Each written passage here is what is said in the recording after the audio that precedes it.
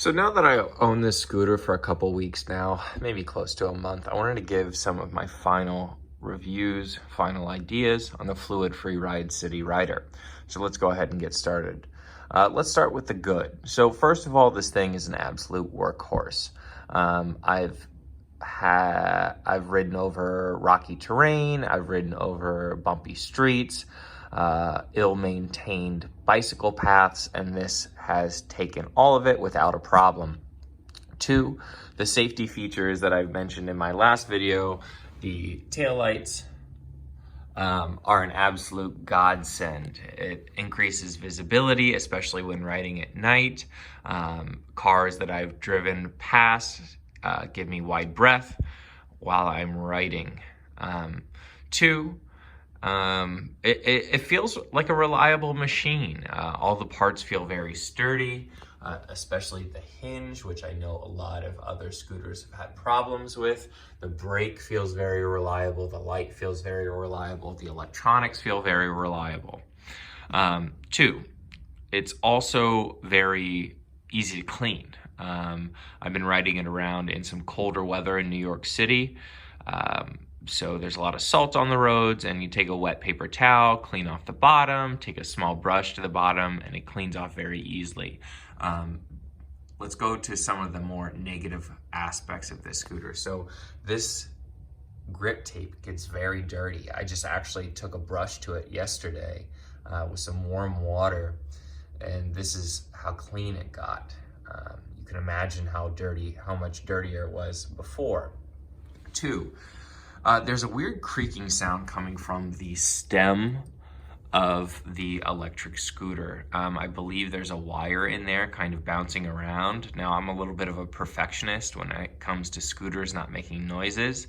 At first, I was a little bit nervous because I thought it was an issue with the hinge and the aluminum expanding, but it was not. I contacted FluidFreeRide to get an idea of what the problem may be.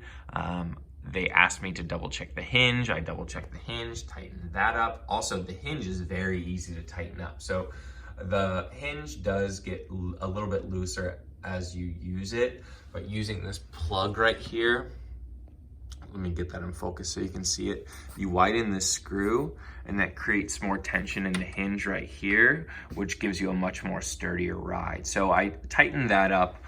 It was still making the creaking noise. Still trying to get that resolved. But besides that, this is an excellent little scooter. Portability isn't as light as I thought it was going to be. I believe the website says it weighs about 36 pounds. I haven't weighed it myself, but I wouldn't be surprised if that was not the case. In terms of ride quality, it's a nice ride. It does get a bit bumpy. There are no shock absorbers on this scooter, so it can get a little bit bumpy, but if you're being vigilant and avoiding potholes, avoiding manhole covers, things of that nature, it's not bad. Now, the average or the rated distance for this scooter, it says about 10 miles with real world use.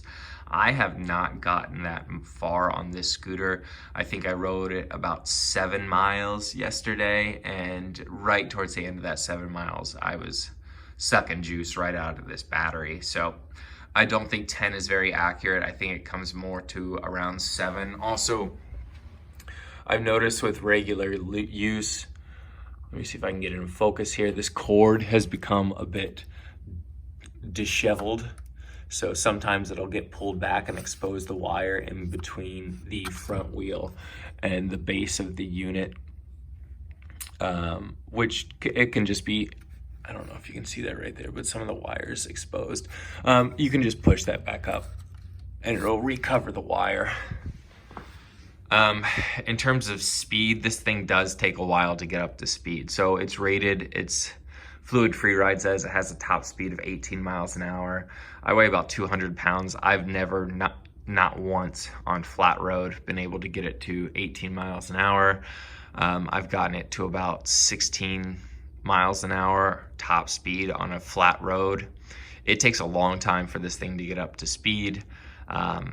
I don't know if you're familiar with avenue lengths in New York City, but it takes me an entire avenue length to get to top speed, and that's not being interrupted by traffic, not being interrupted by speed bumps, not being interrupted by red lights.